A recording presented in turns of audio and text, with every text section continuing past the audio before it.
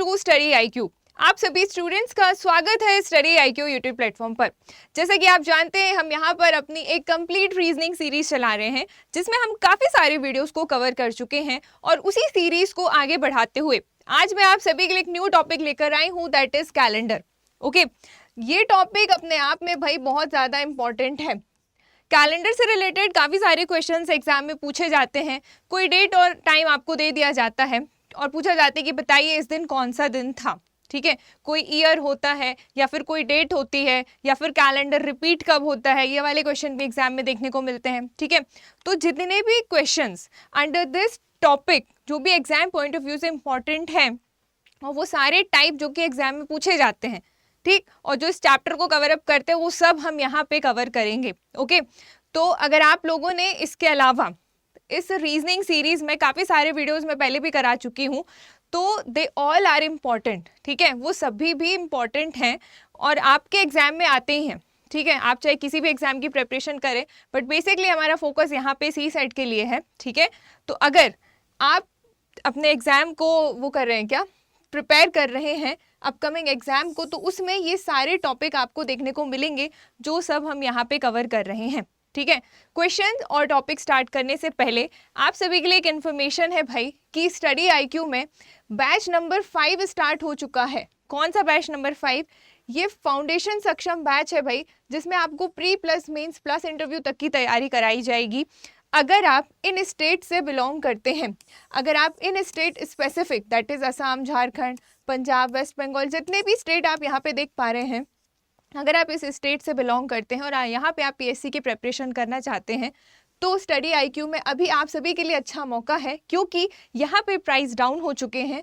ये जो मई धमाका सेल है ना, ये है आप सभी के लिए एक अपॉर्चुनिटी, जिसके कारण ये जो 18,999 है, ये डिस्काउंट होके आपको मिल रहा है सिर्फ और सिर्फ 13,999 में।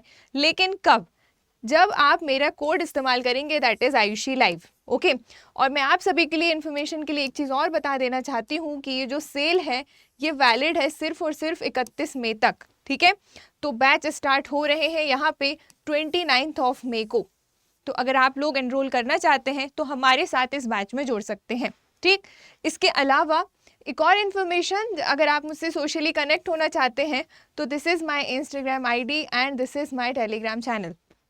जो भी वीडियो से रिलेटेड, आपके टॉपिक स्टडी से रिलेटेड जो भी चीज़ें हैं, वो सब मैं यहाँ टेलीग्राम चैनल में पोस्ट करती हूँ, तो आप मुझसे यहाँ पे कनेक्ट हो सकते हैं। ठीक है, चलो अब बिना किसी देरी के हम अपने टॉपिक पे आते हैं, दैट इज़ कैलेंडर। हम यहाँ पर कैलेंडर से रिलेटेड हर एक चीज़ जो जो आपको जानने की ज़रूरत है वो सब हम यहाँ इस वीडियो में कवर करेंगे। ठीक, तो इस वीडियो को लास्ट तक देखना बिल्कुल भी ना भूलिएगा। ऑल राइट, नाउ सबसे पहले सबसे बेसिक थिंग ये कि जो कैलेंडर होता है, कैलेंडर में भाई 7 डेज आपको देखने को मिलते हैं। ठीक, वीक की अगर हम बात करें तो 52 वीक्स होते हैं, और अगर हम मंथ की बात करें तो यहाँ पे 12 महीने दैट इज 12 मंथ आपको देखने को मिलते हैं। तो ये सबसे बेसिक थिंग है कि नंबर ऑफ डेज 7 होते हैं, नंबर ऑफ वीक 52 होते हैं और नंबर ऑफ मंथ 12 होते हैं। ठीक, ये सबसे बेसिक फॉर्मेट है कैलेंडर का। कैलेंडर आप सभी के घर में होगा, आप सब अवेयर होंगे कि किस दिन क्या, ये सब आपका मेन्यू वहाँ रहता है। बट ये है रीजनिंग, और रीजनिंग में क्वेश्चन आते हैं इस तरीके के, एकदम मेमोरी बेस्ड। अब आप थोड़ी देखने जाएंगे कि 15 अगस्त 1947 को कौन सा दिन था, आपको याद रख के बैठना है क्या? नहीं, हमें सिर्फ डेट्स याद रह जाए वही बहुत है। वो भी किसी का बर्थडे है तो डेट याद है, अदरवाइज अब तो ऐसा टाइम आ गया है कि मोबाइल होने की वजह से सब कुछ आप लोग उसमें रिमाइंडर लगा के रखते हो, है ना, बाकी चीज़ें को याद नहीं रखना चाहता है। लेकिन ये सब्जेक्ट ही ऐसा है कि इसमें क्वेश्चनिंग आपसे इसी तरीके से की जाएगी कि बताइए 1985 में 22 तारीख को जनवरी के दिन कौन सा, जनवरी मंथ में कौन सा दिन था, कैसे पता? तो ये सब निकालने के तरीके हम यहाँ पे आज सीखेंगे, और बिलीव मी जो तरीके हैं वो इतने शॉर्टर हैं कि आपको उसको याद रखने में बिल्कुल भी प्रॉब्लम नहीं होगी। ठीक है, बस कॉन्सेप्ट ये है कि आप मेरे साथ जुड़े रहिएगा। ऑल राइट, नाउ यहाँ पे एक चीज़ आपको ध्यान रखनी है कि इस चैप्टर में जहाँ पर भी 7 होगा, ठीक है, एवरी 7 डेज में डेज का रिपीटेशन होता है।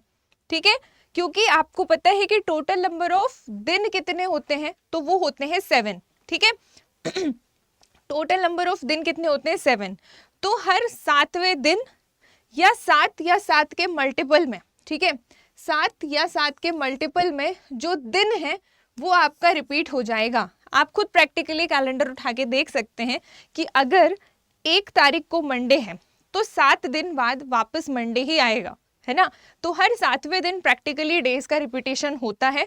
तो आप अपने माइंड में ये चीज़ ध्यान रख के चलेंगे कि जब भी मुझे कैलेंडर पढ़ना है चैप्टर टॉपिक में, रीजनिंग में, ठीक है, जब भी आपको कैलेंडर पढ़ना है तो वहाँ जहाँ जहाँ कैलकुलेशन आएगी वहाँ 7 या 7 का मल्टीपल, फॉर एग्जाम्पल अगर लिखा है 28, ठीक है, तो 28 इज ऑल्सो मल्टीपल ऑफ 7 ना। तो 7 को वहाँ पे कैलकुलेट करने की बजाय आप उसको 0 कंसीडर करोगे, तो 0 कंसीडर करना या 7 का मल्टीपल होना का मतलब ये है कि वहाँ पे जो दिन है आपका या जो डे है वो वहाँ पे आपका रिपीट किया जाएगा या दोहराया जाएगा, ठीक है, वहाँ पे आके दिन आपका सेम हो जाएगा। ये जब हम अभी कैलकुलेट करेंगे तो आपको समझ में आएगा। ऑलराइट, तो ये एक इम्पॉर्टेंट नोट था जिसको आपको ध्यान रखना है, ये ड्यूरिंग कैलकुलेशन आपकी हेल्प करेगा। इसके अलावा एक और चीज़ जो कैलेंडर में आपको ध्यान रखने की ज़रूरत है, और आपका कैलेंडर बार बार इन चीज़ों पे फोकस कराएगा, ठीक है, कि जो ईयर होता है, जनरली ईयर आपका 2 टाइप का होता है, एक होता है नॉर्मल ईयर और एक होता है लीप ईयर, ठीक है। नॉर्मल ईयर में भाई 365 डेज होते हैं, जबकि लीप ईयर में 366 डेज होते हैं, ठीक है। लीप ईयर में एक दिन एक्स्ट्रा काउंट होता है हर 4 साल के अंतर में, ठीक, चौथे वर्ष में आके एक दिन आप का रिपीट हो जाता है, ठीक, और that is called leap day, और वो एक दिन आपका यहाँ पे 366 डेज को काउंट कराता है।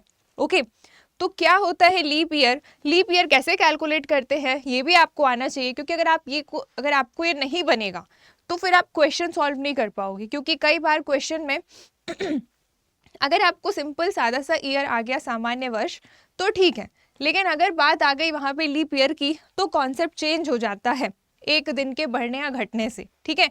इसलिए आपको ये भी निकालते आना चाहिए, तो वो भी मैं आपको आगे बताऊंगी, ठीक। नॉर्मल ईयर जिसे हिंदी में कहा जाता है सामान्य वर्ष, ठीक है, नॉर्मल ईयर के लिए टर्म आपको देखने को मिलेगी सामान्य वर्ष, या जनरल ईयर भी इसको इंग्लिश में देखने को मिल सकता है। और लीप ईयर के लिए आपको टर्म देखने को मिलेगी अधिवर्ष, या फिर डायरेक्टली हिंदी में लीप ईयर लिखा होगा, ठीक, इस तरीके से, ठीक है। नाउ अगला देखते हैं कि how to find leap year, हम लीप ईयर का कैसे पता लगाएं कि भाई लीप ईयर कैसे कैलकुलेट करते हैं। Again I am telling you कि यहाँ पे हम बेसिक से एडवांस जाएंगे, ठीक है। अब जिन बच्चों को ये चीज़ आती है तो थोड़ा पेशेंस रखना, उनका रिवीजन होगा, आपका रिवीजन ही हो जाएगा। लेकिन वो स्टूडेंट्स, कई लोगों ने मुझे बोला कि बेसिक से आप कवर कर दीजिए, तो वो स्टूडेंट जिनको कुछ भी नहीं आता है तो उनके लिए मुझे कंसिडर करके चलना है, क्योंकि मैं यहाँ पे सबके लिए हूँ, ठीक है, those who are already prepared for this topic और नॉट, ठीक है, जो हैं और जो नहीं भी हैं, तो सबको मुझे ही पढ़ाना है ना, तो मुझे सबको कंसिडर करके चलना है, ठीक है। तो देखो नाउ कि कोई भी गिवन ईयर है तो आप उसको कैसे रिकॉग्नाइज करोगे कि भाई वो लीप ईयर है या नहीं। तो सिंपल सा एक फॉर्मेट होता है कि जो भी आपका गिवन ईयर है, मतलब जो भी ईयर आपको दिया गया होगा, ठीक है, जो भी दिया हुआ ईयर होगा आपका क्वेश्चन में, ठीक, उसको आपको सिंपली क्या करना है, 4 से डिवाइड करना है। 4 से डिवाइड करने के बाद अगर रिमाइंडर, दैट इज शेषफल, अगर आपका रिमाइंडर 0 आ रहा है, ऑलराइट, अगर रिमाइंडर 0 है तो वो लीप ईयर है। इसके अलावा अगर रिमाइंडर कुछ भी है एक्सेप्ट 0, 0 को छोड़कर अगर रिमाइंडर कुछ भी है तो वहाँ पर वो लीप ईयर काउंट नहीं होगा। जस्ट अ सिंपल फॉर्मेट कि कोई भी गिवन ईयर हो उसको आप डिवाइड करो 4 से, अगर रिमाइंडर 0 है तो लीप ईयर है, नहीं तो नहीं है, सिंपल, ठीक, ये आप ध्यान रखिएगा। इसके अलावा एक और चीज़ आपको ध्यान रखनी है, जैसे ये एग्जाम्पल मैंने आप लोगों के लिए दिया कि 2001 इज इट लीप ईयर और नॉट, ये आप मुझे कमेंट सेक्शन में बताएंगे। ओके, 2001 लीप ईयर है या नहीं, कैसे बताएंगे, ये आपका फॉर्मेट है, फॉर्मेट में आप उसको फिट करेंगे। क्या करेंगे, 2001 को आप 4 से भाग दीजिएगा, ठीक है, रिमाइंडर चेक करो, रिमाइंडर 0 है तो लीप ईयर है, नहीं है तो नहीं है। नहीं है व्हाट, 0 रिमाइंडर नहीं है तो लीप ईयर नहीं है। कौन? That given year. ठीक, ये आप बताइएगा। नाउ अगला फॉर्मेट जो आपको ध्यान रखना है दैट इज कैलेंडर में भाई लीप ईयर के अलावा लीप सेंचुरी भी देखी जाती हैं। ठीक है, मतलब अधिवर्ष शताब्दी, सेंचुरी दैट इज शताब्दी से रिलेटेड भी चीज़ें आपको यहाँ पे ध्यान रखनी है, क्योंकि इन पर भी बेस्ड क्वेश्चन आपको एग्जाम में आते हैं कि सेंचुरीज जो है पर्टिकुलर सेंचुरी वो लीप सेंचुरी है या नहीं, या वो नॉर्मल सेंचुरी है। ठीक है, इस चीज़ को भी आपको रिमाइंड करके रखना है भाई। देखो, आप कोई भी सेंचुरी, मतलब ये कोई भी शताब्दी जो भी आपको दी गई है, गिवन शताब्दी, ऑलराइट, उसको आप क्या करोगे चेक करने के लिए कि वो लीप सेंचुरी है या नहीं, तो आप सिंपली उसको 4 से डिवाइड 400 से आप डिवाइड करोगे। तो जैसे ही आपने 400 से डिवाइड किया तो जस्ट चेक करना है आपको कि जो रिमाइंडर है वो 0 है या वो 0 नहीं है, आपको ये चेक करना है। ठीक है, तो रिमाइंडर दैट इज शेषफल अगर 0 है तो वो लीप सेंचुरी है, और अगर रिमाइंडर 0 नहीं है तो वो लीप सेंचुरी नहीं है। सिंपल, इस तरीके से आपको लीप सेंचुरी को कैलकुलेट करना है। ठीक है, बहुत सारे लोगों को डाउट होता है कि लीप सेंचुरीज कैसे रिकॉग्नाइज करते हैं, तो उनके लिए मैंने यहाँ पे डिस्प्ले किया है।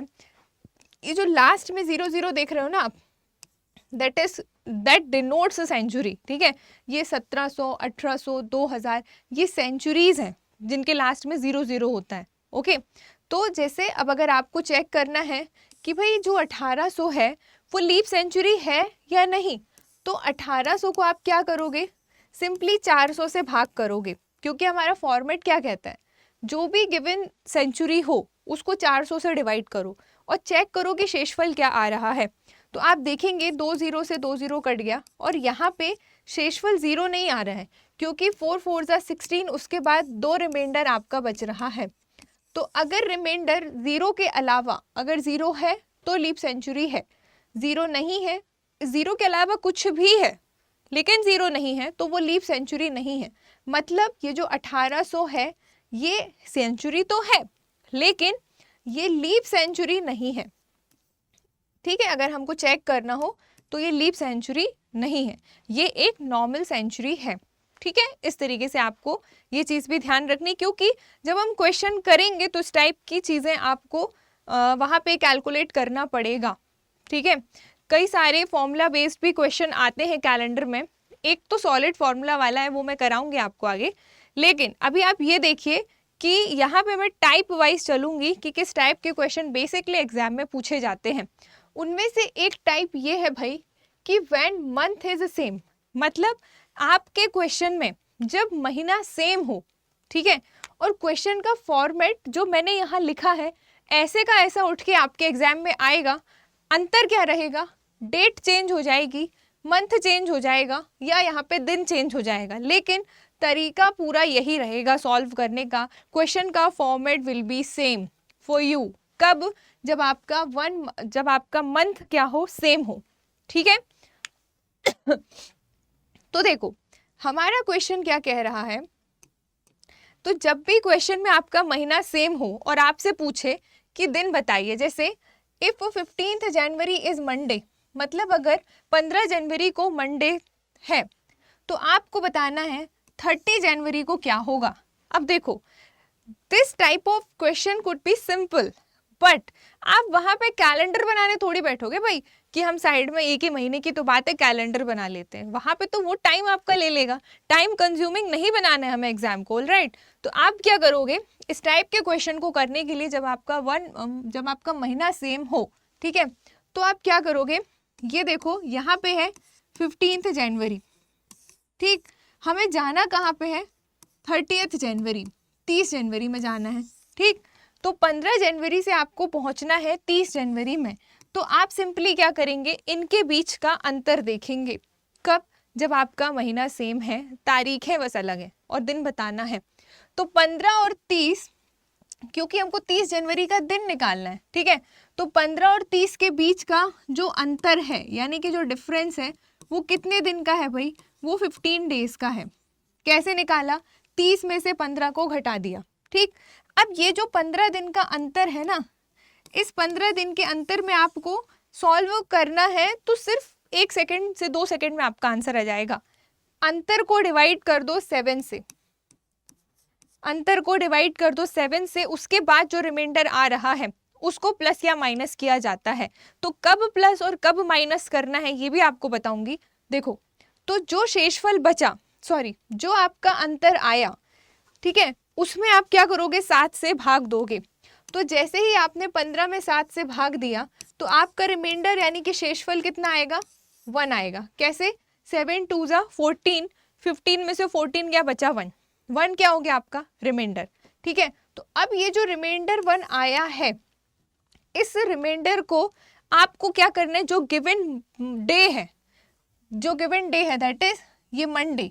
क्वेश्चन ने क्या बोला कि भाई 15 जनवरी को मंडे है, तो बताओ 30 जनवरी को क्या होगा। तो सिंपल इस रिमाइंडर को आप क्या करोगे, इस गिवन डे में ऐड कर दोगे, मतलब मंडे में एक दिन जुड़ जाएगा, तो ये हो गया ट्यूसडे। तो आंसर आपका क्या हो जाएगा, तो आंसर हो जाएगा आपका कि 30 जनवरी को क्या होगा भाई, 30 जनवरी को ट्यूसडे होगा। ये हो जाएगा आपका आंसर। कैसे निकाला हमने, दोनों डेट्स के बीच का अंतर लिया, अंतर को 7 से डिवाइड किया, रिमाइंडर देखा, रिमाइंडर कुछ बच रहा है 7 या 0 को छोड़कर। 7 या 0 अगर रिमाइंडर यहाँ बचता तो डेज का रिपीटेशन हो जाता। सबसे पहली स्लाइड में मैंने ये बोला था, ड्यूरिंग कैलकुलेशन अगर रिमाइंडर 0 या 7 का मल्टीपल बच रहा है तो डे रिपीट होगा वहाँ पे। तो यहाँ पे तो रिमाइंडर 1 बच रहा था, तो इस गिवन डे में 1 को ऐड कर दो, आपका आंसर आ जाएगा, दैट इज ट्यूसडे। ठीक है, अब यहाँ पे एक ट्विस्ट है जो कि आपको ध्यान रखना है, दैट इज कि 2 केस बनते हैं। ठीक है, जब आपका जो मंथ है, ठीक है, जब आपका मंथ अगर सेम है, ओके, एक ही डेट से दूसरी डेट में जाना है, सिर्फ डेट्स अलग अलग हैं, ठीक, एक कोई डेट है और एक कोई डेट है, और आपको दिन का पता लगाना है कि कौन सा दिन होगा। तो अगर आपको आगे जाना है, जैसे मान लो 1 फरवरी को मंडे था, ठीक है, अभी यहाँ पे मैं ईयर की बात नहीं कर रही हूँ, धीरे धीरे ईयर में भी आएंगे, हम 1 बाय 1 समझेंगे। और आपसे अगर पूछ रहे कि बताइए 28 फरवरी को क्या होगा, 28 फरवरी को कौन सा दिन होगा, तो देखो 1 फैब का डेटा आपको गिवन है क्वेश्चन में, आपको 1 फैब से जाना है 28 फैब में, तो 28 कहाँ है, आगे है, 1 से आगे आएगी ना 28 की, पीछे आएगी, आगे आएगी। तो आगे जाने की जब बात हो, मंथ सेम हो, तब आपको रिमाइंडर को हमेशा ऐड करना है। ठीक है, तब आपको ऐसी कंडीशन में जो रिमाइंडर होगा वो हमेशा ऐड होगा, ये चीज़ आपको ध्यान रखनी है।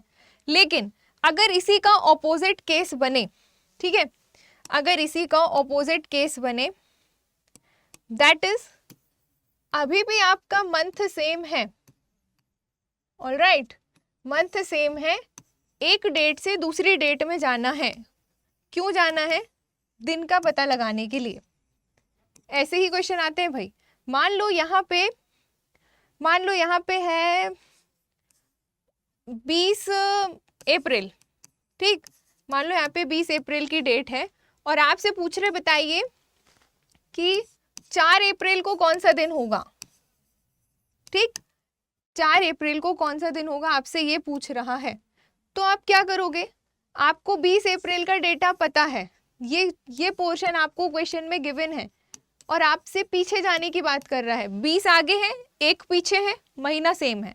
ठीक, कॉन्सेप्ट को समझो कि जब मंथ सेम हो, बस डेट से आगे जाने की बात हो रही है सेम मंथ में, तो रिमाइंडर ऐड होगा, पीछे जाने की बात हो रही है तो रिमाइंडर सब्ट्रैक्ट होगा।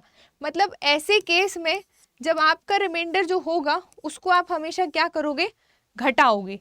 किस में घटाना है, जो आपका पर्टिकुलर गिवन डे होगा क्वेश्चन में उसको। ठीक है, यहाँ पे गिवन होगा उसका दिन कि 20 अप्रैल का दिन मान लो शनिवार है या सैटरडे है, आपसे पूछ रहा है बताइए 4 अप्रैल को कौन सा दिन था, तो आप क्या करोगे, 20 अप्रैल और 4 अप्रैल के बीच का अंतर लोगे, अंतर को 7 से डिवाइड करोगे, रिमाइंडर को ऐड कब करोगे, जब आगे जाओगे, सब्ट्रैक्ट कब करोगे, जब पीछे जाओगे सेम महीने में। ठीक, तो ये कॉन्सेप्ट था जो आपको ध्यान रखना है।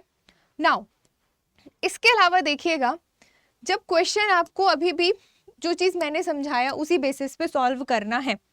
व्हेन मंथ इज सेम, अभी भी आपका मंथ क्या है भाई, सेम है।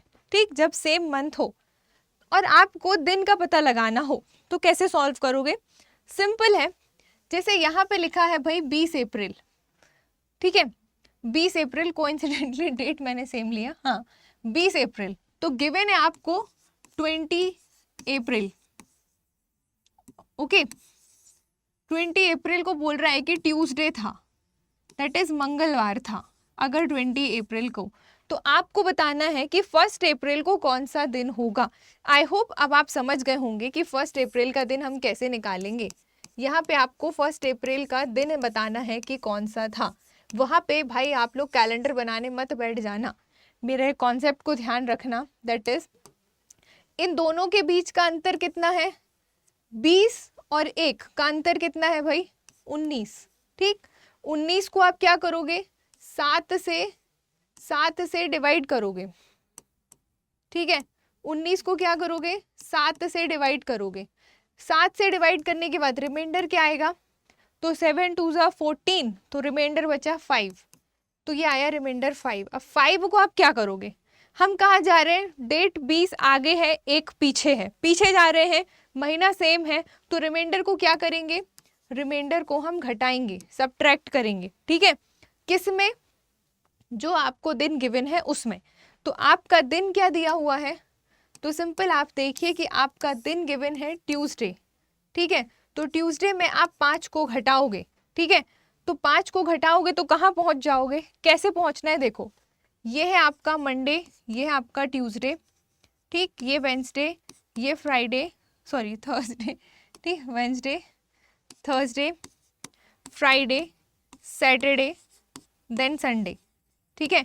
तो अब आप कहाँ पे हो भाई, ट्यूसडे, आप यहाँ पे हो, 5 दिन घटाना है, तो 1 2 3 4 5, कहाँ पहुँच गए, थर्सडे।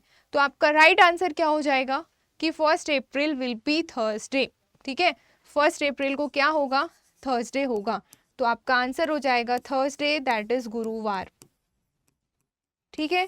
क्वेश्चन का फॉर्मेट आप देख लीजिए, इसी टाइप के क्वेश्चंस आपके एग्जाम में देखने को मिलेंगे, ठीक है। चलो आगे देखते हैं। अब आती है कंडीशन अगली कि जब महीना अलग अलग हो, व्हेन मंथ्स आर डिफरेंट, मतलब जब अलग अलग माह दिए गए हों, जब माह अलग अलग हों, ठीक है, तब का केस कैसे सॉल्व करना है।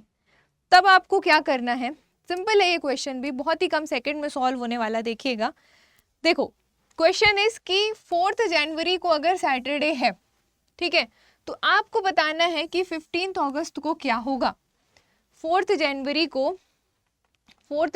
को अगर सैटरडे है, ठीक है, तो आप क्या करेंगे, जो भी आपका गिवन वो होगा, क्या होगा, ईयर होगा, सॉरी जो भी आपका गिवन मंथ होगा, ठीक, तो गिवन मंथ में टोटल नंबर ऑफ दिन कितने होते हैं, तो जनवरी में भाई टोटल कितने दिन होते हैं, तो जनवरी में टोटल 31 दिन होते हैं, आप सभी जानते हैं। तो जो डेट आपको गिवन है उस डेट को आप क्या करेंगे, इसमें से घटा देंगे, तो बचे कितने दिन, तो बचे भाई 11 में से 4 गया 7 और यहाँ बचा 2, मतलब बचे आपके 27 दिन। तो मतलब आप कैलकुलेशन में जनवरी के लिए सिर्फ 27 डेज लोगे। हमें पहुंचना है भाई 15 अगस्त को, 15 अगस्त को कौन से दिन था आपको ये बताना है। तो देखो आप चाहे तो इस क्वेश्चन को सॉल्व करने बैठ भी गए होंगे, मुझे पता है, लेकिन यहाँ पे एक ट्विस्ट है, दैट इज कि इस क्वेश्चन को हम सॉल्व नहीं कर सकते। व्हाई, बिकॉज जनवरी से हमें जाना कहाँ पे है, तो देखिए जनवरी ये है, ठीक है, आपको जाना है भाई अगस्त में, तो जनवरी से जब आप अगस्त में जाओगे तो बीच में एक महीना आपको देखने को मिलेगा, दैट इज फरवरी, मतलब फरवरी का महीना आपको क्रॉस करना पड़ेगा। अब आपको पता है कि फैब में या तो 28 या तो 29 दिन होते हैं, ठीक है, फैब में कितने दिन होते हैं, 28 और 29, ये दोनों ही दिन फैब में देखने को मिलते हैं कि इतने ही दिन आपको फैब में दिखेंगे, ठीक है। तो अब आप फैब में कितने दिन लेके चलोगे, जस्ट बिकॉज आपको यहाँ पे ईयर नहीं गिवन है, ठीक है। अगर ईयर दिया हुआ होता, फॉर एग्जाम्पल 4 जनवरी 2009 अगर ये लिखा होता, तो फिर हम फरवरी के कितने दिन ले लेते भाई, 28 दिन ले लेते, ठीक है। लेकिन यहाँ पे हमें ईयर नहीं दिया है, इस वजह से इसका जो आंसर है वो हो जाएगा डेटा इनसफिशिएंट, मतलब आंकड़े अपर्याप्त हैं। इस टाइप के क्वेश्चन को इस तरीके से टैकल करना होता है। बहुत सारे स्टूडेंट्स जिन्हें नहीं पता होता है, पूरी जानकारी नहीं होती है, चैप्टर की अंडरस्टैंडिंग नहीं होती है, तो वो लोग यहाँ पे कैलकुलेट करने बैठ जाते हैं।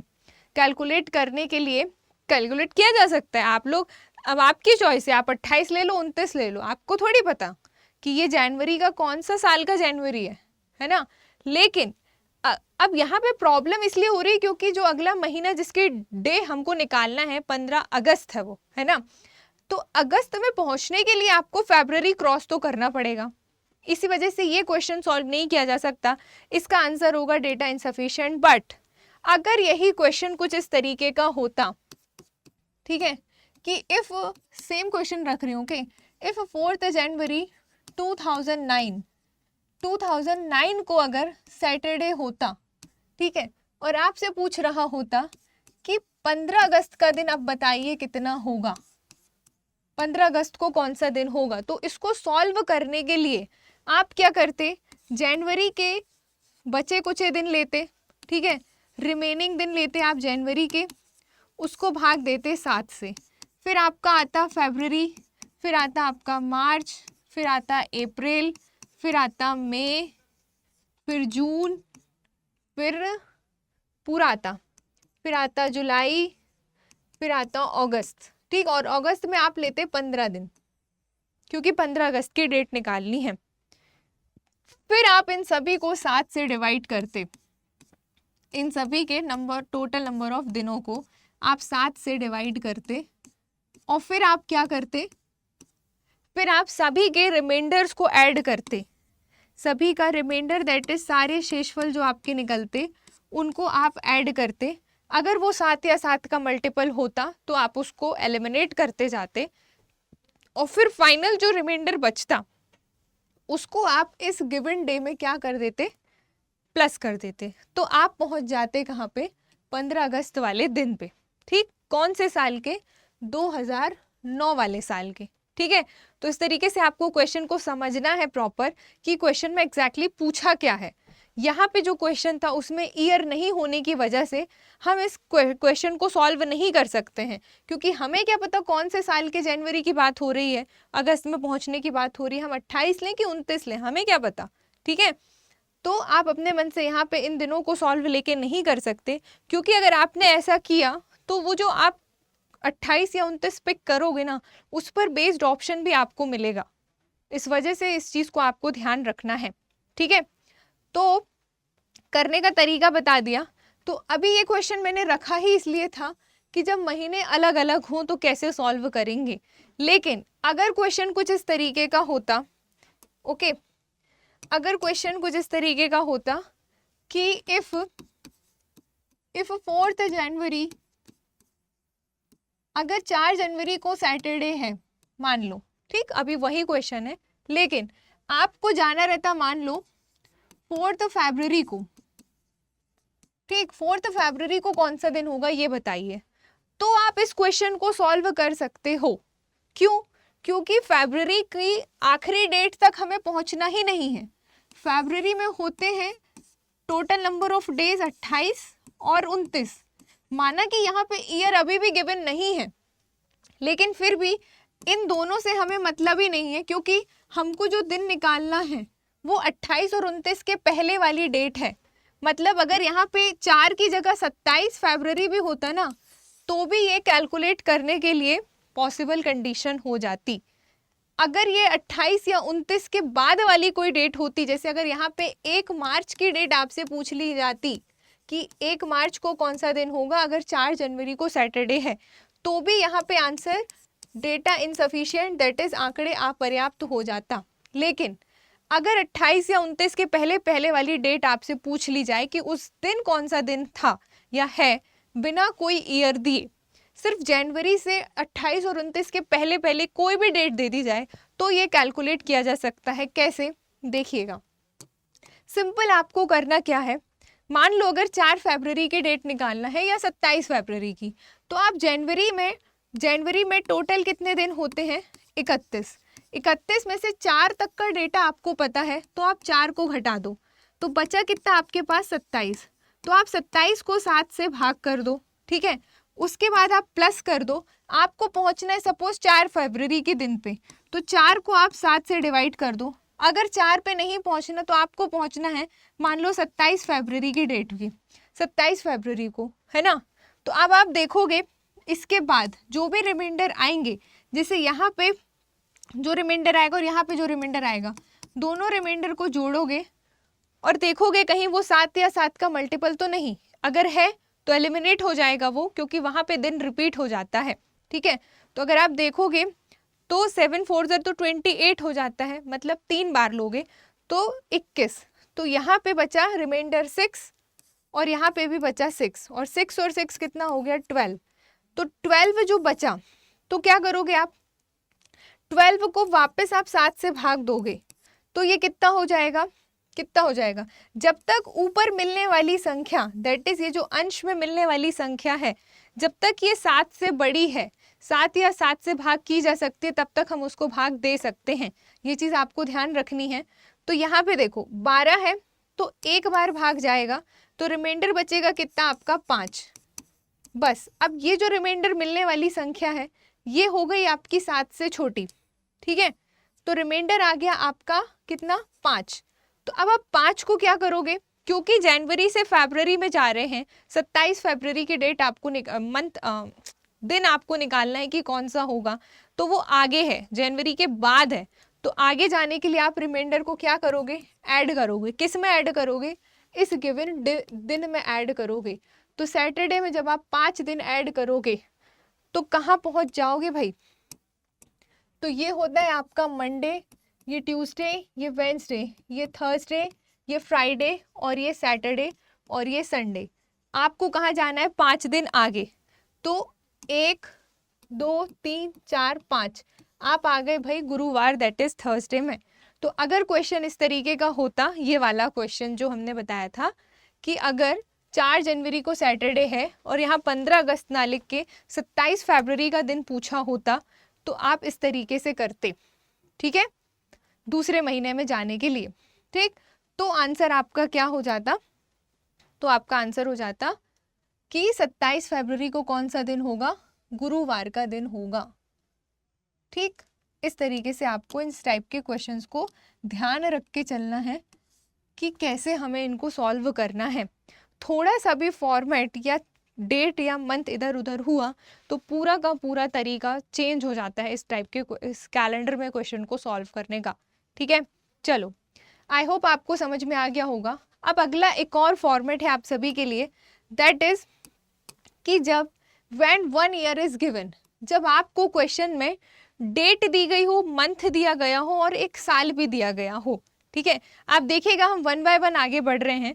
सबसे पहले हमने क्या पढ़ा, तो सबसे पहले हमने पढ़ा कि जब आपका मंथ सेम हो और एक डेट से दूसरी डेट में जाना हो तो क्या करना है, कैसे सॉल्व करना है, ये मैंने आपको समझाया। उसके बाद मैंने बताया कि जब आपका मंथ सेम है लेकिन आपको डेट में आगे जाने की बजाय पीछे जाना है तो क्या चेंज करना है, ठीक, ये भी मैंने आपको समझाया।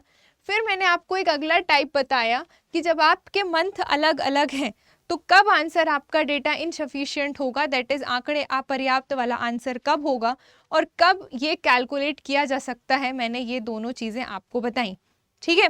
आई होप आपको चीज़ें समझ में आ गई होंगी। नाउ अगला जो क्वेश्चन का टाइप है जो आपके एग्जाम में पूछा जाता है, that is 1 year is given. जब आपको डेट दी गई हो, मंथ दिया गया हो और एक साल भी गिवन हो, तो उस टाइप के क्वेश्चन में आपको पर्टिकुलर डे फाइंड आउट करना है कि क्या होगा। तो उसको कैसे करेंगे, आइए देखते हैं। सी क्वेश्चन इज कि अगर 20 जनवरी 2010 को संडे है तो आपको बताना है भाई कि 20 अप्रैल को कौन सा दिन होगा। अब इस टाइप के क्वेश्चन को हम आराम से कर सकते हैं, व्हाई, बिकॉज यहाँ पे ईयर गिवन है। देखो अभी भी हमको जाना कहाँ है, हम जनवरी में हैं और हमको जाना है अप्रैल में, तो जनवरी से अप्रैल आगे है, आगे है इन द सेंस आपको बीच में फरवरी जो एक कॉम्प्लिकेटेड मंथ है उसको क्रॉस करना पड़ेगा, और उसमें दिन आएंगे या तो 28 या तो 29। तो 28 है या 29 है ये आपको कैसे पता चलेगा? जब आपको ईयर गिवन होगा। तो आपको यहाँ पे ईयर गिवन है 2010, ठीक है। तो अब 2010 में जो फरवरी मंथ होगा उसमें कितने दिन होंगे कैसे पता चलेगा? तब पता चलेगा जब आपको ये पता होगा कि 2010 लीप ईयर है या नहीं। आ गया ना लीप ईयर का कॉन्सेप्ट। और मैंने आपको पहले ही बता दिया कि लीप ईयर को कैसे कैलकुलेट करोगे, कि जो भी गिवन ईयर होगा उसको आप 4 से भाग दोगे। अगर आपका रिमाइंडर 0 है तो वो लीप ईयर है, अगर आपका रिमाइंडर 0 नहीं है तो वो लीप ईयर नहीं है। तो अब आप खुद देख लीजिए, क्या 2010 4 से पूरा पूरा डिविजिबल है? तो आप पाएंगे भाई कि 2010 में रिमाइंडर 0 नहीं आएगा, ठीक है, लास्ट में शेष बचेगा। तो रिमाइंडर 0 नहीं है मतलब 2010 हमारा लीप ईयर नहीं है। और अगर 2010 हमारा लीप ईयर नहीं है तो फरवरी में कितने दिन होंगे? तो फरवरी में आप 28 दिन लेकर चलोगे, ठीक है। तो आपको समझ में आ गया कब 28 कब 29 लेना है, जब डेट मंथ साल गिवन हो, ठीक। तो किस तरीके से सॉल्व करना है ये मैंने आपको बताया। नाउ अब इसी क्वेश्चन को सॉल्व करने के लिए देखिएगा क्या फॉर्मेट अप्लाई करना है, ठीक है।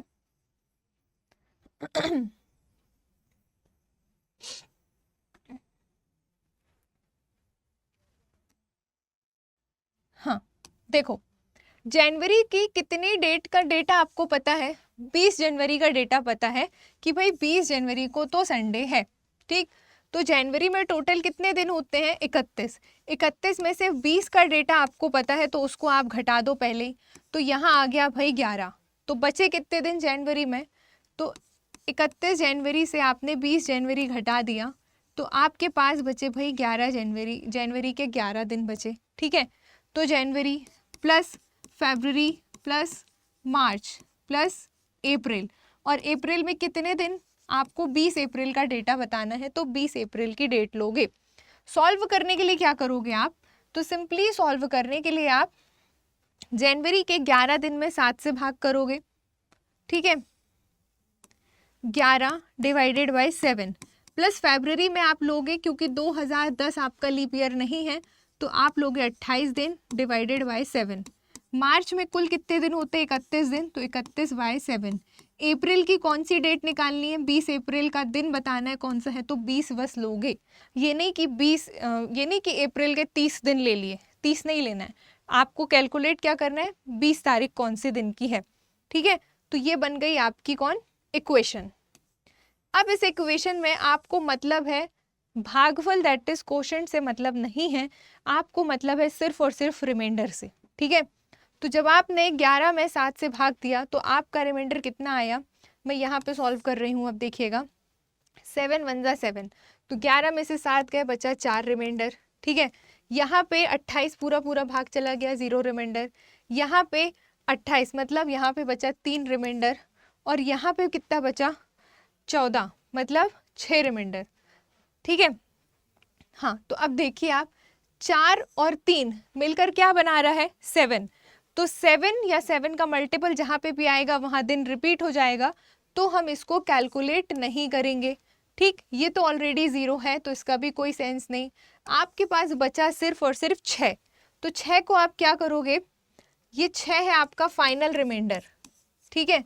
क्यों हमने 4 और 3 को काटा? क्योंकि 4 और 3 को जोड़ा तो हो गया 7, और 7 या 7 का मल्टीपल में दिन रिपीट होता है, इसलिए हम उसको काउंट नहीं करेंगे, बची हुई चीज़ों को काउंट करेंगे। तो 6। अब ये जो 6 आपका रिमाइंडर है इसको आप क्या करोगे? जो आपका गिवन डे है उसमें आप क्या करोगे? ऐड करोगे कि सब्ट्रैक्ट करोगे? थोड़ा दिमाग लगाइए खुद से। हम कहाँ पे हैं? जनवरी में। जाना कहाँ पे है? अप्रैल में। तो जनवरी के आगे है अप्रैल, है ना।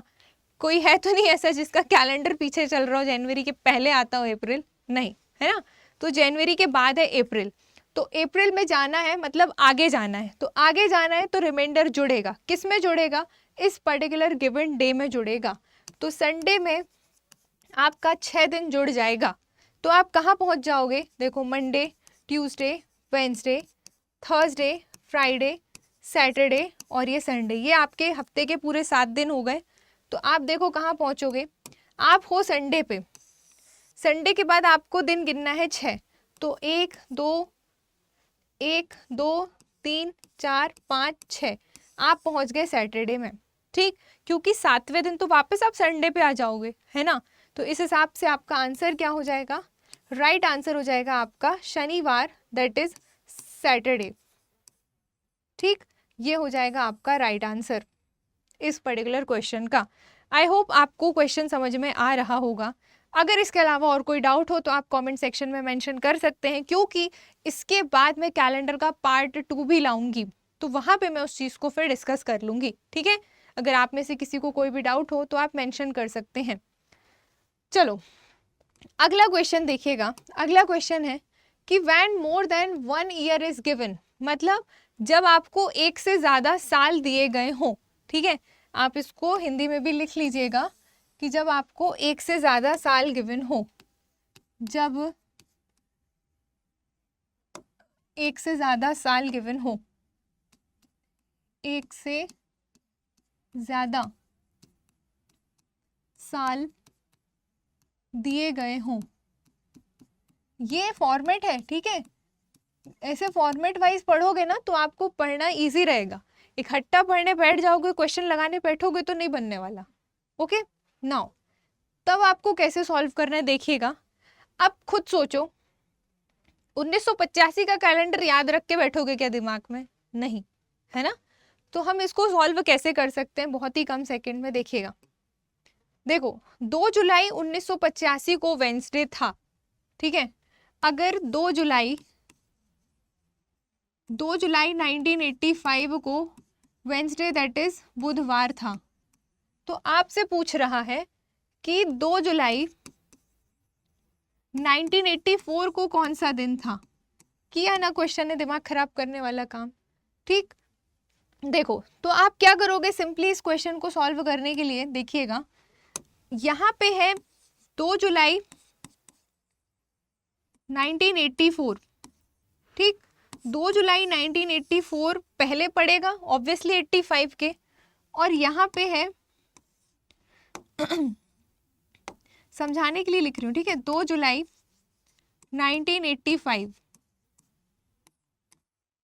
ये तो पहले 84 आएगा फिर 85 आएगा काउंटिंग में, है ना। तो 84 से 85 में जाने के लिए कितने दिन आप क्रॉस करोगे, आप क्रॉस करोगे 365 दिन, क्योंकि पूरा पूरा एक साल कवर कर रहे हो आप, ठीक है। तो टोटल आपके दिन आप कितने क्रॉस करोगे, 365 दिन। 1984, 2 जुलाई 1984 से 2 जुलाई 1985 के बीच टोटल दिनों का गैप कितना होगा, 365 दिन। तो आपको सिंपली क्या करना है, जब एक ईयर से दूसरे ईयर में जंप करने की बात होती है, क्वेश्चन कैलेंडर में आता है, तो सिंपल वहाँ पे आप उनका ईयर गैप देख लीजिए कितना है, ठीक है। यहाँ पे एक ही साल का गैप है, एक साल में 365 डेज होते हैं, ठीक है। ये यहाँ पे तो आप क्या करोगे, सिंपल 365 को आप 7 से डिवाइड कर दो, ठीक, इनके अंतर को, तो कितना हो जाएगा देख लो। तो यहाँ पे बचा भाई 7 5 ज़ा 35 और यहाँ आया 7 2 ज़ा 14, मतलब बचा रिमाइंडर 1, ठीक। तो आपका रिमाइंडर कितना बचा, 1। तो अब इस 1 का क्या करोगे, इस 1 के लिए आप जो आपका गिवन डे है ना, उस पे आप क्या कर दोगे, सब्ट्रैक्शन या एडिशन। और कब घटाना कब जोड़ना है, तो आपको ये देखना है कि आपको जाना कहाँ है। आपको आगे का डेटा पता है 1985 का, आपसे पूछ रहा है 2 जुलाई 1984 को कौन सा दिन था, तो मतलब पीछे जाना है। तो पीछे जाने के लिए आप क्या करोगे, रिमाइंडर को घटा दोगे, ठीक है, घटा दोगे किस में, गिवन डे में। तो आपका गिवन डे क्या है, वेंसडे। वेंसडे में से एक दिन चला गया, आप कहाँ पहुंच जाओगे भाई, ट्यूसडे, दैट इज मंगलवार। बुधवार आपको गिवन था, बुधवार से एक दिन पहले क्या होगा, मंगलवार, यानी कि ट्यूसडे।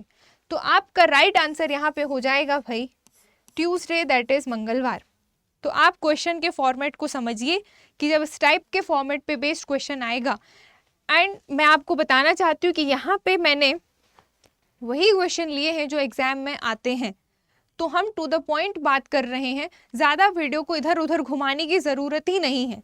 जो चीज़ आता है मैं वही पढ़ा रही हूँ। आप चाहें तो प्रीवियस ईयर क्वेश्चन उठा के देख सकते हैं, इसी तरीके के क्वेश्चन आपके एग्जाम में आते हैं। तो जो चीज़ आती है वो डायरेक्ट पढ़ो ना, क्यों इधर उधर भटकना है आपको। ऑलराइट, तो उसी बेसिस पे टाइप वाइज मैं आपको यहाँ पे क्लिक कवर कराते जा रही हूँ। ठीक है, आई होप आपको चीज़ें क्लियर हो रही होंगी। ठीक है, नाउ अब कुछ अदर टाइप के क्वेश्चन भी आपके एग्जाम में देखने को मिलते हैं, वो भी हम यहाँ पे कवर कर लेते हैं। तो आप क्या करना ना, आप फॉर्मेट देखते चलो, मतलब आप अपनी कॉपी में टाइप वाइज फॉर्मेट नोट करते चलो कि भाई अगर इस टाइप के फॉर्मेट पे बेस्ड क्वेश्चन आता है तो हमें ऐसे सॉल्व करना है। ठीक है, अभी फॉर्मेट देखो अलग थे, when more than 1 year is given, when 1 year is given only, ठीक, when month are different, when month are same, when dates are different. ठीक है, इस तरीके से। तो अब ये देखिए इस टाइप का फॉर्मेट पे भी कई बार क्वेश्चन देखने को मिल सकता है आपको, तो हम इसको करते हैं ना। यदि आज दैट इज 23 फरवरी 2012 के दिन गुरुवार है, मतलब थर्सडे है, तो आपको बताना है कि आज से 91 डेज के बाद कौन सा दिन होगा। ठीक, अगर आपको ये पूछा जाए तो आपको पता है इस क्वेश्चन को आप 1 से 2 सेकेंड में सॉल्व कर सकते हो। फॉर्मेट समझ गए, फॉर्मेट कैसा है, सॉल्व करने के लिए सिर्फ 2 सेकेंड। क्या करना है, आपको 91 को 7 से भाग दे देना है, सिंपल। जब आप 91 को 7 से भाग दोगे तो फोकस करोगे आप रिमाइंडर पे, तो 7 1 जा 7, बचा कितना 2, 7 3 जा 21, मतलब 13 आया इसका भागफल, दैट इज कोशेंट, और आपका शेषफल कितना आया है 0। ठीक है, शेषफल दैट इज रिमाइंडर आपका कितना आया है भाई 0। तो आप क्या करोगे, जैसे ही आपने देखा भाई 0, तो रिमाइंडर का कभी भी 0 होना या 7 या 7 का मल्टीपल होना ये बताता है कि वहां पे दिन का रिपीटेशन होगा। तो यहाँ पे रिमाइंडर 0 है, तो गिवन डे क्या था आपका गुरुवार, दैट इज थर्सडे। तो आपका आंसर भी क्या हो जाएगा कि आज से 91 डेज के बाद भी थर्सडे ही होगा। कब, 23 फरवरी 2012 की बात हो रही है। ठीक, नहीं तो आज देखने चले जाओ वहां पे कैलेंडर में। ठीक है, तो क्वेश्चन को समझिए, ये फॉर्मेट है, इसी टाइप का क्वेश्चन आएगा। देखो एग्जाम वाला क्या करेगा आपके लिए, डेट चेंज कर देगा, 91 को सपोज 81 कर दे, कोई भी संख्या लिख दे, क्या करोगे 7 से भाग करोगे, रिमाइंडर पे फोकस करोगे, गिवन डे में ऐड या सब्ट्रैक्ट कर दोगे। ठीक है, इस तरीके से।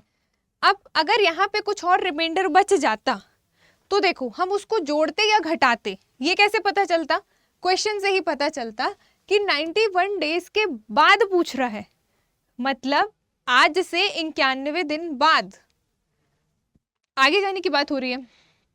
तो क्या करोगे, जोड़ोगे, तो रिमाइंडर तो देख के ही पता चल रहा है कि कुछ ही जोड़ लो, आएगा गुरुवार, है ना। तो इस तरीके से आपको इस चीज़ों को ध्यान रख के चलना है।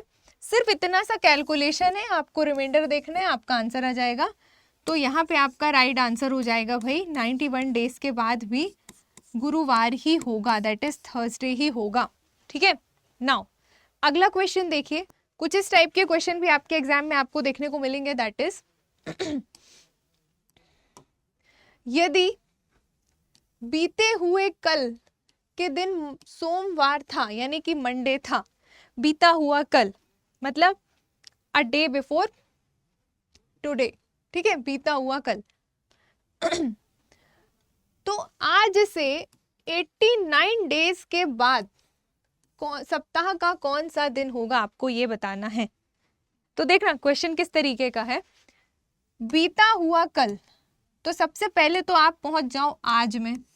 ठीक है, ये है टुडे, यानी कि आज। क्वेश्चन में गिवन है बीता हुआ कल, यानी कि यस्टरडे। ठीक, ये है बीता हुआ कल, बीता कल। तो क्वेश्चन में आपको गिवन है बीता हुआ कल अगर मंडे था, ठीक, अगर बीते हुए कल मंडे था तो आज क्या होगा? ट्यूसडे, ठीक है, दैट इज ये सोमवार तो ये मंगलवार। ओके हाँ, तो अब क्वेश्चन पूछ रहा है कि 89 डेज के बाद सप्ताह का कौन सा दिन होगा। तो देखो क्या करोगे, जो आपका 89 है उसको आप 7 से भाग दे दो, ठीक है, 7 से डिवाइड किया तो कितना आएगा? 7 1 जा 7, बचा यहाँ पे 1, 7 2 जा 14, बचा कितना? 4 गया 5, मतलब 5 आएगा आपका रिमाइंडर, ठीक है, तो रिमाइंडर आ जाएगा आपका यहाँ पे 5।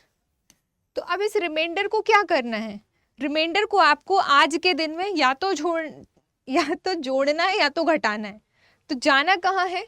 89 डेज के बाद, मतलब आगे जाने की बात हो रही है ना। तो आप क्या करोगे, आज के दिन में 89 डेज के रिमाइंडर को जोड़ दोगे, दैट इज 5 को जोड़ दोगे आप किस में? मंगलवार में। तो आप कहाँ पहुँच जाओगे भाई?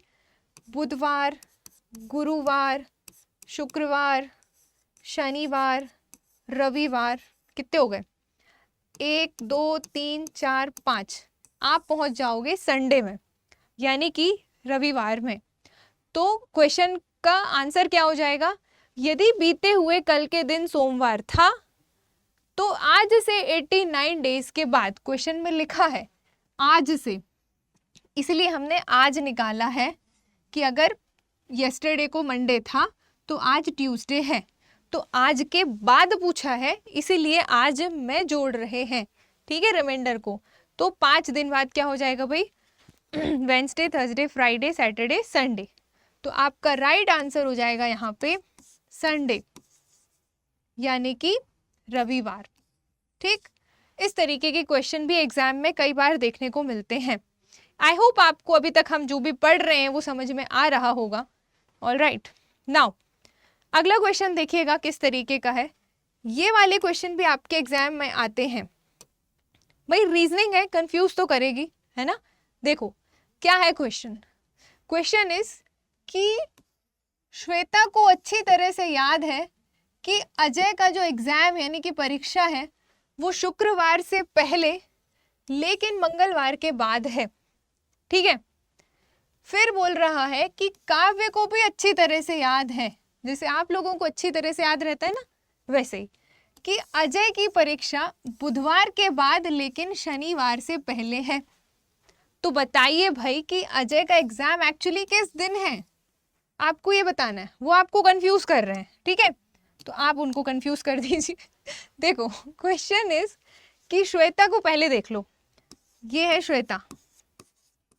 श्वेता को क्या याद है ये देख लीजिए। तो श्वेता को याद है कि अजय का एग्जाम फ्राइडे से पहले, ठीक है, ये हो गया वही फ्राइडे। अजय का जो एग्जाम है वो फ्राइडे से पहले लेकिन ट्यूसडे के बाद है, तो ये हो गया ट्यूसडे, ठीक। तो फ्राइडे से पहले और ट्यूसडे के बाद कितने दिन आ रहे हैं बीच में? 2 दिन आ रहे हैं। ट्यूसडे के बाद आता है वेंसडे और फिर आता है थर्सडे और फिर आता है फ्राइडे। मतलब या तो एग्जाम वेंसडे को होगा, ठीक है, या तो एग्जाम वेंसडे को होगा या फिर एग्जाम थर्सडे को होगा। ये कैसे पता चलेगा? जब हम काव्य के क्वेश्चन को देखेंगे, ठीक है। काव्य क्या कह रहा है भाई? काव्य कह रहा है कि वही जो अजय है ना उसका एग्जाम वेंसडे के बाद, काव्य का कहना है, ठीक है, काव्य कह रहा है कि जो एग्जाम है वो वेंसडे के बाद, मतलब यहाँ है वेंसडे, वेंसडे के बाद है कह रहा है। लेकिन देखो वेंसडे के बाद है, इसका मतलब ये है कि वेंसडे को तो नहीं है। श्वेता क्या कह रही थी कि ट्यूसडे के बाद लेकिन फ्राइडे के पहले, तो ट्यूसडे के बाद और फ्राइडे के पहले के बीच वेंसडे आ रहा है। तो श्वेता को थोड़ी पता है वेंसडे को है कि थर्सडे को है, उसने तो कंडीशन बताई। लेकिन काव्य को अच्छी तरह से याद है कि वेंसडे के बाद है लेकिन वेंसडे के पहले नहीं है, ओके। लेकिन शनिवार से पहले है, मतलब ये कि वेंसडे के बाद आता है, वेंसडे के बाद तो थर्सडे आता है और फ्राइडे भी आता है, ठीक है। उसके बाद आता है सैटरडे काव्य ने कहा कि वेंसडे के बाद और सैटरडे के पहले, और श्वेता कह रही है कि फ्राइडे से पहले। काव्य कह रहा है सैटरडे से पहले। तो श्वेता के अकॉर्डिंग फ्राइडे से पहले है, मतलब फ्राइडे को नहीं है। काव्य के अकॉर्डिंग फ्राइडे कैंसिल हो जाएगा, ठीक है। तो सैटरडे से पहले है तो फ्राइडे को तो नहीं है। भले ही सैटरडे से पहले फ्राइडे आ रहा है, लेकिन पहली कंडीशन के कारण फ्राइडे आंसर नहीं होगा, क्योंकि श्वेता के अकॉर्डिंग फ्राइडे के पहले है। तो फ्राइडे के पहले और वेंसडे के बाद कौन बचा? थर्सडे। तो आपका राइट आंसर क्या हो जाएगा यहाँ पे? आपका राइट आंसर हो जाएगा थर्सडे, दैट इज गुरुवार। मतलब ये कि अजय का एग्ज़ाम एक्चुअली किस दिन है? तो अजय का एग्ज़ाम एक्चुअली गुरुवार या थर्सडे के दिन है, ठीक। तो इस टाइप के क्वेश्चन भी आपके एग्ज़ाम में आते हैं। यहाँ पे एग्ज़ाम, बर्थडे, कुछ भी ओकेजन, इवेंट आपको बना के दे दिया जाएगा। डेट्स इसी दिनों को इस तरीके से घुमाया फिराया जाएगा, ठीक है। तो आपको वहाँ पे घूमना फिरना नहीं है। अगर आप हमारा ये वीडियो पूरा देखेंगे तो डेफिनेटली आप वहाँ पे इस टाइप के क्वेश्चंस को लगा के आएंगे, ठीक है। अब इसके अलावा कैलेंडर में और भी टाइप के क्वेश्चन आते हैं, जिसमें पूछा जाता है कि कैलेंडर का रिपीटेशन कब होगा, कैलेंडर रिपीट होने वाले, ठीक है। इसके अलावा एक कैलेंडर का फॉर्मूला होता है, कल आपको बताऊंगी मैं। उस फॉर्मूले पे बेस्ड डायरेक्ट क्वेश्चन आते हैं, ठीक है। जब किसी से कंपैरिजन नहीं करना होता, डायरेक्ट कोई डेट या मंथ, मतलब पूरा डेट फॉर्मेट दिया रहता है, तो बताने कि उस दिन कौन सा दिन होगा, ये वाले क्वेश्चन भी। ये दोनों ही क्वेश्चन, ये दोनों कोर कॉन्सेप्ट हैं जो अभी हमारे कैलेंडर पोर्शन में बचे हुए हैं। ये हम कैलेंडर के पार्ट 2 में करेंगे, ठीक है। कल आपको इसका पार्ट 2 का वीडियो मिलेगा, जिसमें मैं ये दोनों कोर कॉन्सेप्ट को कवर कराऊंगी, ठीक है। तो पार्ट 1 भी इम्पॉर्टेंट है, उतना ही पार्ट 2 भी इम्पॉर्टेंट है, ठीक। तो दोनों पार्ट्स को देखना ना भूलिएगा। चलिए, अब आज की क्लास को मैं यहीं पे एंड कर रही हूँ और मिलते हैं कैलेंडर के नेक्स्ट पार्ट में। इसके अलावा अगर आपको कैलेंडर से रिलेटेड कोई डाउट हो तो आप कमेंट सेक्शन में मेंशन कीजिएगा, आज जो भी हमने पढ़ा है। इसके अलावा मैंने आपको जो भी होमवर्क दिया है, आप उसका आंसर डेफिनेटली कमेंट में कीजिएगा। इससे मुझे समझ में आता है कमेंट देख के कि हाँ भाई, आप लोग इन्वॉल्व हो रहे हैं सीरियसली पढ़ने में, ठीक है। चलो, तो अब सेशन हम एंड करते हैं। अगर आपको क्लास पसंद आए तो डेफिनेटली लाइक कीजिएगा। ऑलराइट, चलो बाय बाय, मिलते हैं नेक्स्ट वीडियो पे। Thank you so much.